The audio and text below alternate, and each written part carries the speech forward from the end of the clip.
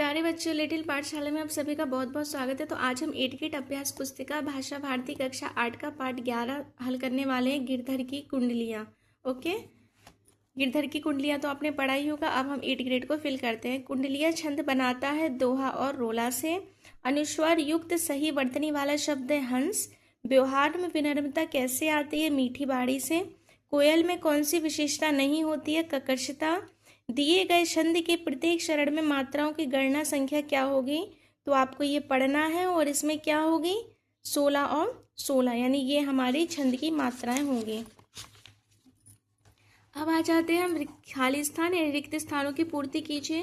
तो गिरधर कविराय ने अपनी रचना कुंडलियां छंद में की है।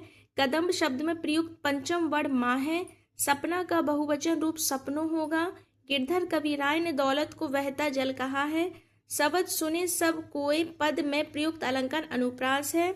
हमें मीठे वचन क्यों बोलने चाहिए? हमें मीठे वचन इसलिए बोलना चाहिए क्योंकि इससे दूसरों को प्रसन्नता मिलती है, आपस में प्रेम व शांति मिलती है। इन शब्दों में उचित स्थान पर अनुशानिक चिन्ह लगाना है। तो देखो, आपको सिर्फ ये चंद्र बिंदु लगाना है। शब्द आपके सामने दिए हैं, अब आप चंद्र बिंदु कैसे लगाओगे?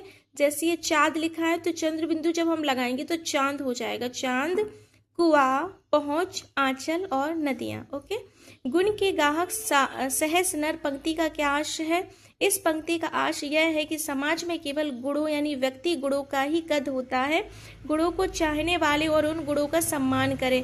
कोयल और कौवे का अंतर कैसे पता चलता है? तो कोयल और कौवे का अंतर उसकी बाड़ी बोली से पता चलता है। कोयल की आवाज़ अत्यंत मधुर और सुरीली होती है। कोयल की प्रशंसा क्यों की जाती है?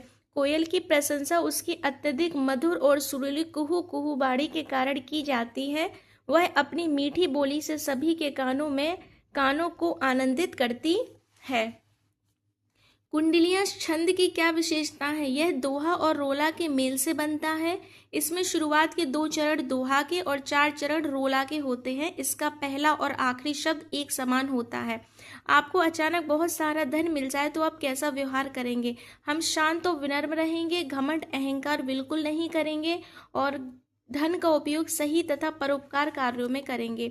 आप ऐसी कौन सी बात को भूलना चाहेंगे जो आपको अच्छी नहीं लगती? हम किसी के द्वारा कहे गए कड़वे वचन, अपमान या पुरानी अप्रिय घटनाओं को भूलना चाहेंगे। प्रश्न नंबर 19 है, गिरधर की कुंडलियां लोक व्यवहार में कितनी उपयोगी हैं? तो ये लोक व्यवहार में बहुत उपयोगी है, मतलब गिरधर की जो कुंडलियां हैं वो लोक व्यवहार में बहुत उपयोगी हैं। एंड मनुष्य को बिना सोचे समझे काम न करने, कपटी मित्रों से बचने और समाज में नीतिपूर्ण जीवन जीने का व्यवहारिक ज्ञान देती हैं। तो ये गिरधर की कुंडलियां हमें ये ज्ञान देती हैं। प्रश्न नंबर 20 है, आप अपने जीवन में किस व्यक्ति से प्रभावित हुए, उनके गुणों के बारे में लिखिए। देखो, हम किसी न किसी से प्रभावित होते हैं, जब जाकर हम अपने जीवन को सही दिशा में ले जा पाते हैं। तो मैं अपने जीवन में डॉक्टर APJ अब्दुल कलाम से अत्यधिक प्रभावित हूँ। राष्ट्रपति होने के बावजूद वे बेहद साधारण जीवन जीते थे। उन्होंने जीवन भर कड़ी मेहनत की और देश को मिसाल तकनीक दी। वे हमेशा युवाओं को बड़े सपने देखने की प्रेरणा देते थे।